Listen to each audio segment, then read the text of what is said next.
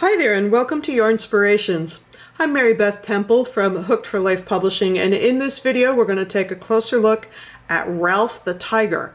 Now Ralph has all kinds of fun and games going on here. He has a little curly ruff, he has a little white muzzle, he has lots of embroidered stripes, and you can get everything you need to make Ralph inside your Red Heart Amigurumi kit.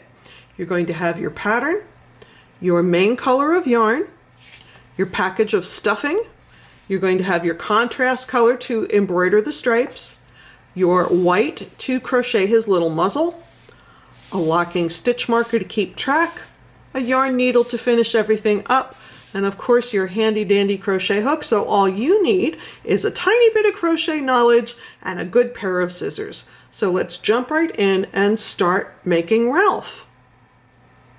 We're going to start by making the head and body, and the first thing we're going to do is make a magic ring with our main color. So I'm going to take the cut end of the yarn, what we call the tail yarn. I'm going to drape that over my hand. I'm going to take it over my index finger, and I have a little bit of space between my index finger and my middle finger.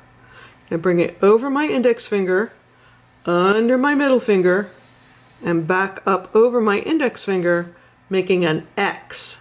I'm going to take my crochet hook, I'm going to put it under this leg of the X and grab this leg of the X and pull it through. And now I'm all ready to begin crocheting. So for round one, it says chain 1 and then 6 single crochet in the ring. So it's a single crochet the way you would normally make a single crochet, except instead of going in a stitch, we're going to anchor it in the ring. So I'm going to insert my hook in the ring, yarn over and draw up a loop. I have 2 loops on my hook, 1, 2, yarn over, draw through 2. That's my first single crochet. So I'm going to do that a total of 6 times. Once I have my 6 single crochet made, I'm going to tug on that tail yarn. Now I have a firm grasp on my stitches, but I'm not holding it in a death grip. I want to make sure that that tail yarn has some play and can go through the base of the stitches I made. So now I'm all set up to work in a round, and I want to make sure that I take my locking stitch marker and put it on the last stitch that I made. Now every round that I make, on every piece that I make, I'm going to move that stitch marker up and always mark the last stitch of the round. That will help me figure out where I am and where I'm going. So for round 2, it says increase in each stitch around. So all I'm going to do to make an increase is put 2 single crochet in the same stitch. So there's the first one, and there's the second one in the same stitch. So I had 6, and I'm going to put 2 in each one. So when I get to the end of this round, I'm going to have 12 single crochet. It's a good idea to count at the end of the rounds with increases and decreases, because it helps you make sure that you're staying on track. You can see I moved that stitch marker up when I completed round 2. For round 3, it says single crochet in the next stitch, increase in the next stitch. So we're going to just put 1 single crochet in the next stitch. And remember that increase is 2 stitches in the same stitch. So I'm going to do that all the way around. So I'm going to follow along with the pattern for the next few rounds. There'll be different numbers of stitches between the increases, but I will work the increase the same way every time I come to it. And then for rounds 8, 9, and 10, I'm going to do what we call working even, which I'm going to work the number of stitches that I have in the round with no increasing and no decreasing. All right, we're completed through round 13, and you want to take this opportunity to reach in there while you still can and weave in that first tail, because it's easier to do now than later when the piece has a little more shaping. Moving on to round 14, we're going to learn about the single crochet decrease. So it says single crochet in each of next 9 stitches, which I have already done. And then it says single crochet in next single crochet decrease, and you're going to do that 3 times. So to make the single crochet decrease, we're going to insert our hook in the next stitch, yarn over and draw up a loop. So just like we would start a regular single crochet, and then insert our hook in the next stitch, yarn over and draw up a loop. Now I have 3 loops on my hook, 1, 2, 3, I'm going to yarn over and draw through all 3. So I've taken these 2 stitches and turned them into 1. Let's see that again. So we're going to single crochet in our next single crochet, following along with the pattern.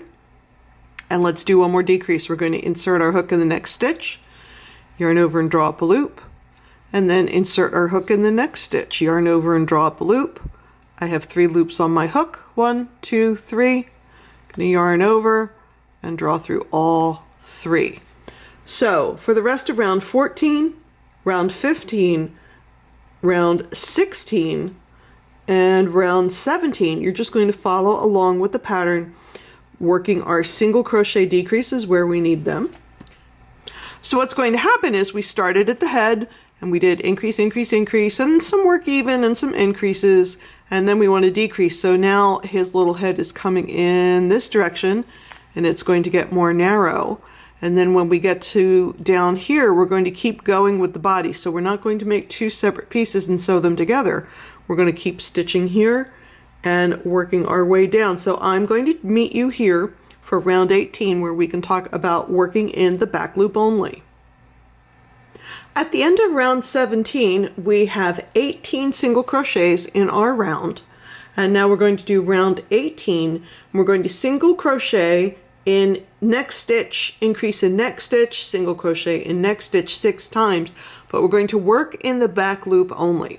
So normally when we single crochet, we're going under both legs or loops of the stitch, but we want that little ridge to show like I showed you earlier. So we're going to put our hook down in the center and work only under the back leg or back loop. So there's my single crochet. And then I'm going to increase. So still working in the back loop only. There's 1,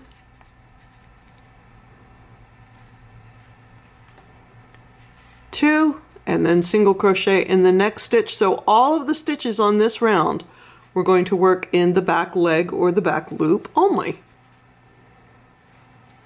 And we're getting that little ridge developing right here, and you can see that same little ridge right here on our little tiger friend. After round 18, you're going to go back to working under 2 legs or loops of the stitch like you normally would, and we're going to have some increasing and some working even and some decreasing, and I'm going to come back in a little bit and we're going to talk about beginning the stuffing. Here we are at the end of round 28, and it says start stuffing head and body, adding more as you go. And the reason we want to start doing this now is as we close this up to get to the bottom of the body, it'll be hard to get all that stuffing in there. So we want to go ahead and do it while we have a wide open space. So I'm going to open up my little packet here. It doesn't look like much when you take it out of your kit, but boy, as soon as the air hits it, it expands, and so you have plenty of stuffing to use. So I like to fluff it up a little bit, make sure it's got some air, and then also sometimes, hardly ever, but occasionally you'll find sort of a big clump of the fiber. So I like to tear it up a little bit, make sure it's all nice and loose and fluffy. And I'm going to go ahead and start stuffing my tiger friend. Now this is not a difficult one to stuff because the parts that we're working on so far are pretty wide open. So just make sure you get some all the way down into the head. And then you're going to keep stuffing and then make the last couple of rounds that's going to close up that opening, and I'll come back and we'll talk about finishing that up. I do want to point out that I have plenty of stuffing to make my tiger friend nice and fat, but I do want to leave at least a little bit off to the side. I'm going to use just a tiny amount for the arms and the legs and the muzzle, so this will probably do it. So I want to set that aside. I had plenty left over, but you do want to make sure that you set a little bit aside because you're going to need it later before you finish off your head and your body. Okay, 31 has been completed. I'm going to take my last little bit of stuffing that I want to put in there, and put it into that small opening just to make sure we're nice and full. All right, we're going to cut a tail, leaving a couple of inches so I can sew. Bring that through my last loop and pull it through. And now I'm going to thread that right onto my yarn needle.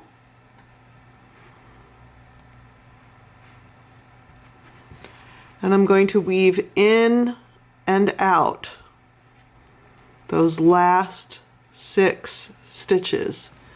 Down and up, down and up. I'm going to go all the way around. Make sure that stuffing's in there.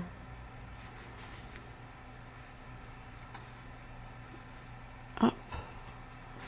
Okay, I'm going to pull that nice and tight. That's going to close my last round up into a little circle. And then I'm going to go ahead and weave in my ends. It's a little fiddly. I want to make sure that my yarn needle is going through the stitch, but I want to keep it to the back. I don't want any big honking stitches on the front. I want it to go just through the stitch enough in the back that I feel like it's secure.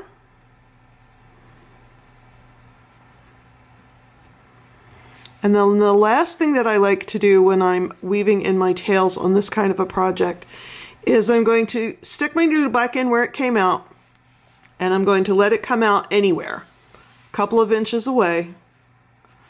I'm going to give that a tug and clip it with my scissors. What that does is it takes the tail of the yarn and it hides it in there in the stuffing, and it makes it so much less likely to pull out. Moving forward, we have to make 2 ears, a muzzle, 2 arms, and 2 legs, and we're going to make them all basically the same way. We're going to start with a magic ring like we did before, do a little bit of increasing and some working even. So let's make the muzzle on camera. That'll be fun. For our muzzle, we're going to use our contrasting yarn, the white yarn. Once again, we're going to make an X with the yarn.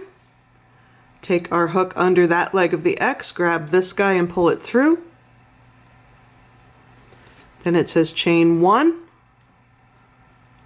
and work 6 single crochet in the ring. 1,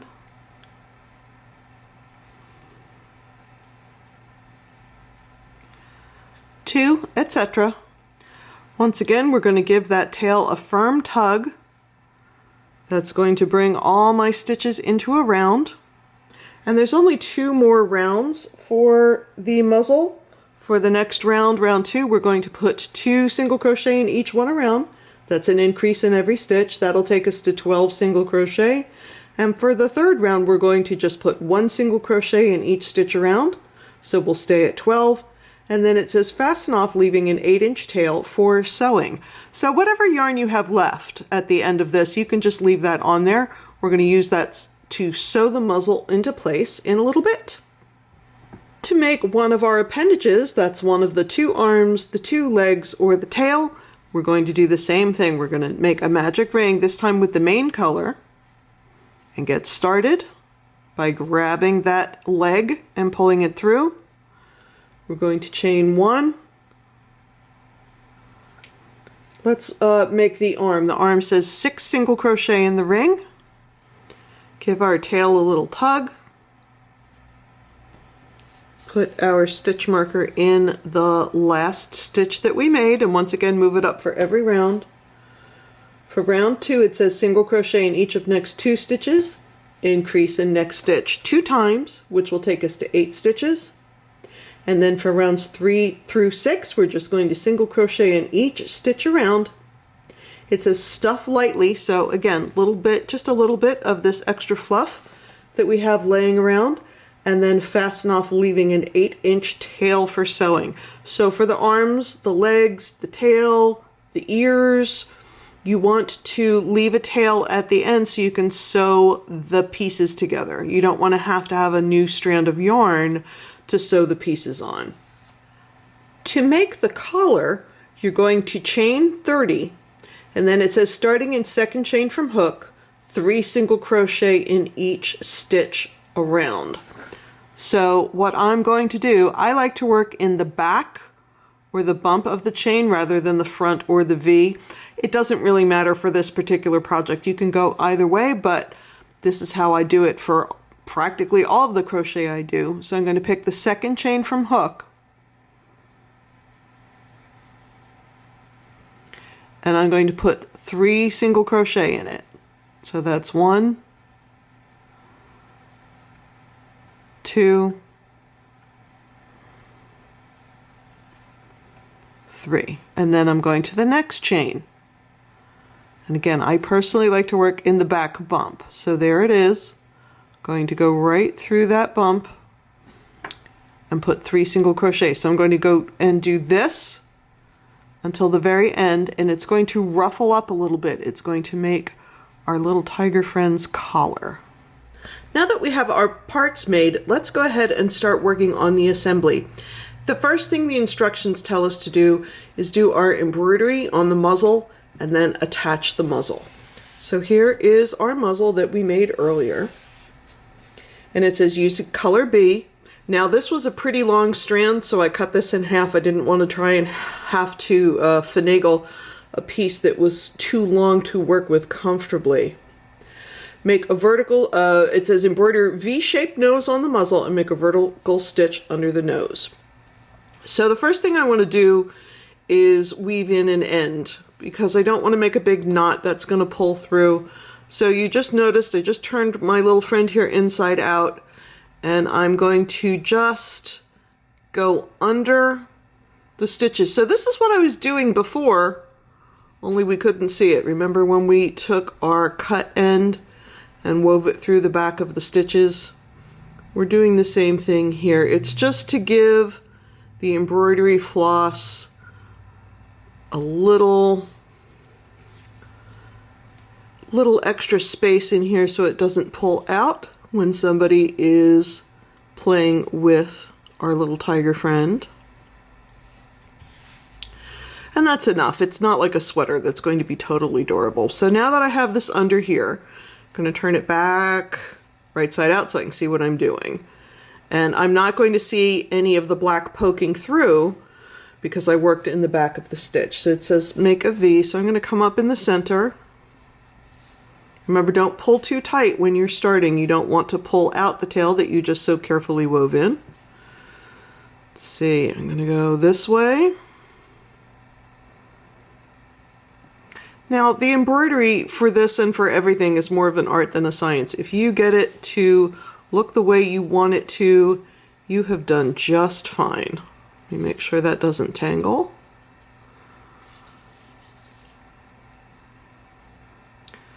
There's my V. I'm going to come back in the same spot.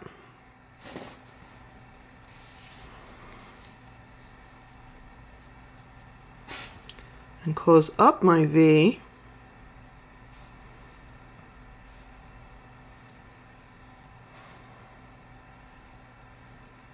There we go.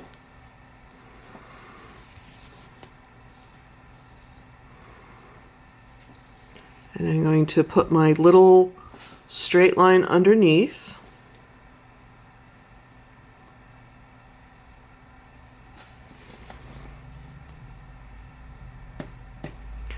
And now I'm going to use my black yarn, my black floss, to fill this in. So I'm just going to take some extra little stitches in here to fill in the black so that I don't see any white poking through. Now when I'm finished filling this in, I'm going to show you a little trick about how to set it aside so it's where we need it for our next action. It says next to position the muzzle on the face between rounds 9 and 15 of the head, stuff lightly. So what I like to do is use my locking stitch marker to mark where I'm going to put my parts to make sure I get them in the right place. So let's count 1, 2, 3, 4, 5, 6, 7, 8, 9. So between 9 and 15 would be here to here. So I'm going to place my locking stitch marker right here. You don't have to do it this way, but for me, I just feel like it makes my life a little bit easier. And also I can visualize where I'm going to put my work and make sure it's where I want it to be. So I want my little V of my nose to be in this direction. Now, instead of, now this is not in the instructions, this is a little tip that I use, because it's so difficult to begin and end the embroidery yarn in a project like this. What I like to do, the next thing I'm going to do is the eye, and the eye is going to be also on round, it's going to be on round 9, so it's going to be about here. So instead of trying to end this off and then having to start a new strand, I'm going to go ahead and slide that yarn over to where I'm going to need it next and just leave it there, because that does a couple of things. It gives me less ends that I have to begin and end, but also it helps me save yarn. I'm not going to waste yarn making beginnings and endings that I don't need. And since our tiger has so many stripes, I want to make sure that our black yarn goes as far as it needs to. So I'm going to put my little muzzle right here. And it does say to stuff it, but I'm going to stuff it when some of it is stitched. So I'm going to grab a stitch on the body and then go under the 2 legs of the stitch. And you want to work pretty close. You want to be right under where the muzzle's going to go, because again, you don't want to see lots of the other color. You want that white to hold the muzzle down, but you definitely do not want to see it traveling. So I'm going under the 2 legs or 2 loops of that stitch. So when I get about halfway around, I'm going to pop this little guy open, and I'm going to grab some of the stuffing that I set aside and put it in there. And then I'm going to close the rest of the way up, and then we can go up here and make our eyes and our eyebrows. My muzzle's on, and you can see I stuffed it, so I have a lot of depth there, which adds some character to our little friend's face. And then here is my black yarn where I left it earlier, so I'm going to make an eye by just putting 2 stitches over that 1 stitch, and it says leave 6 stitches in between. So I'm going to count 1, 2, 3, 4, 5, 6.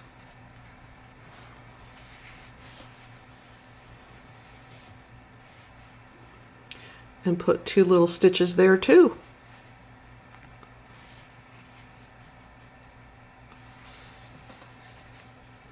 Now the next thing it tells us is about the eyebrows. So I'm going to go just a couple of rounds over, and I'm going to put them on a slight angle. Let's go here. Again, more of an art than a science. If you're happy with your friend's face, and everybody's face is going to look different, if you are happy, then life is good. So we're going to put that on an angle, and then I'm going to put one in the same spot on the other side. There's 1 eyebrow. And there's 2 eyebrows. Now, while we're up here, the instructions tell you to sew the ears, sew the arms, sew the legs, all that kind of excitement, and do the lines last. But I'm going to do that same trick that I did before, in that I've already got yarn sitting up here waiting for me. I'm going to go ahead and put the lines in now, at least the ones up here on the top of his head, because I'm already there and the yarn is right there. So I'm going to go, let's see. I'm going to go, let's try here.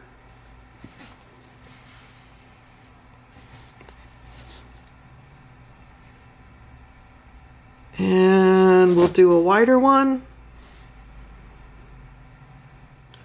Do a slightly more narrow one on top, and then I'm going to do this vertical line.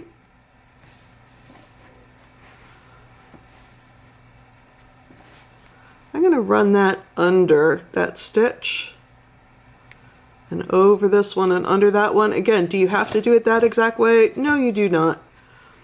But it gives you a little extra stability. And then I'm going to take it down in the center. And then again, as long as I have yarn left, I'm going to keep going. I'm going to go ahead and put these 3 on in the back as well. But your tiger can have different stripes if that's what you want. You don't have to do it exactly the way we did it. So once again, I did go a little out of order here, but I wanted to get as much mileage as I could out of that one strand of yarn, and I have another whole strand left that I'm going to use for the tail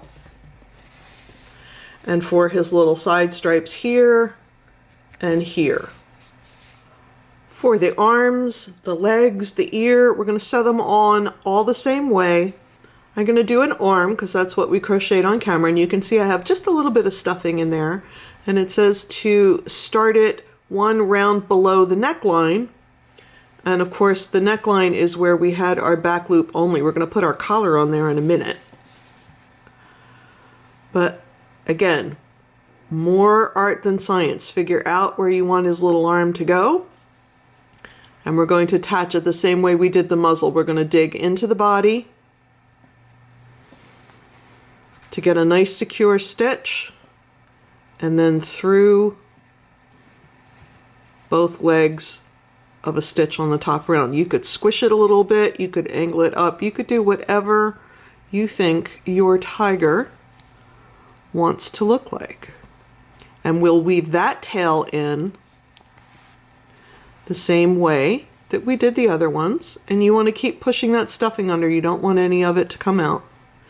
So once again, you're going to go 2 arms, 2 legs, 2 ears, and then I'm going to do the tail with you. For the tail, I've brought my black yarn down through the center, and I'm going to take the teeniest little tack stitch right here just to secure that yarn, make sure nothing pulls out. And now I'm going to make my little stripes. So the tail is not stuffed, so all we have to do is go all the way around the tail, back in where we started, and go up 2 rounds.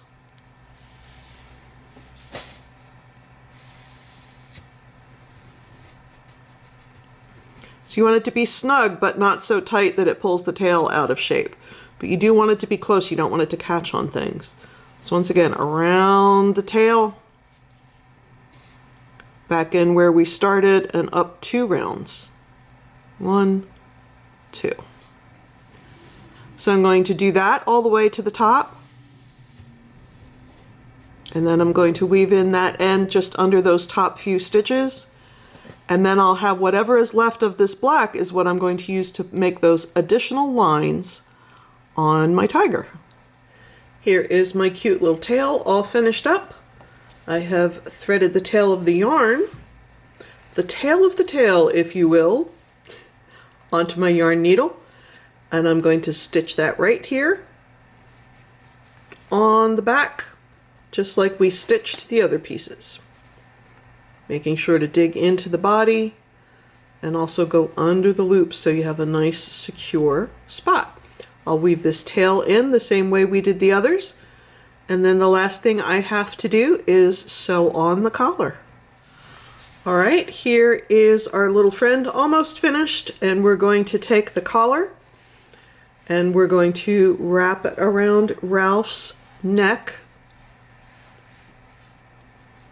And I have threaded the tail through my yarn needle.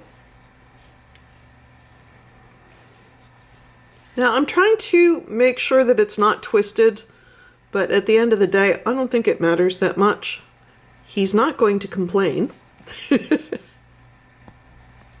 And since it's roughly, it's going to lay how it lays in any case, but. And you can see right where it's going to sit right where that back loop only round was. And then all I'm going to do is attach the beginning to the end and weave in that last tail.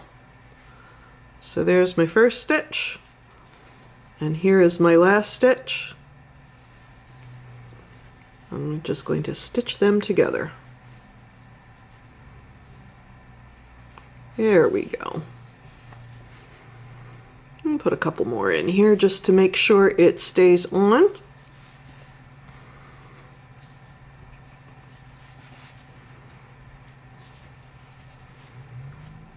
And then we can weave that tail in right on the collar itself. We don't have to go into the tiger if we don't want to.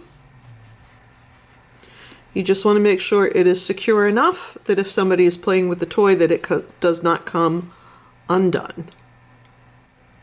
I hope you had a wonderful time hanging out with me here at Yarnspirations while we made Ralph the Tiger, our Red Heart Amigurumi kit. Once again, I'm Mary Beth Temple from Hooked for Life Publishing, and I'm happy you spent some time with me today. Take care. Bye-bye.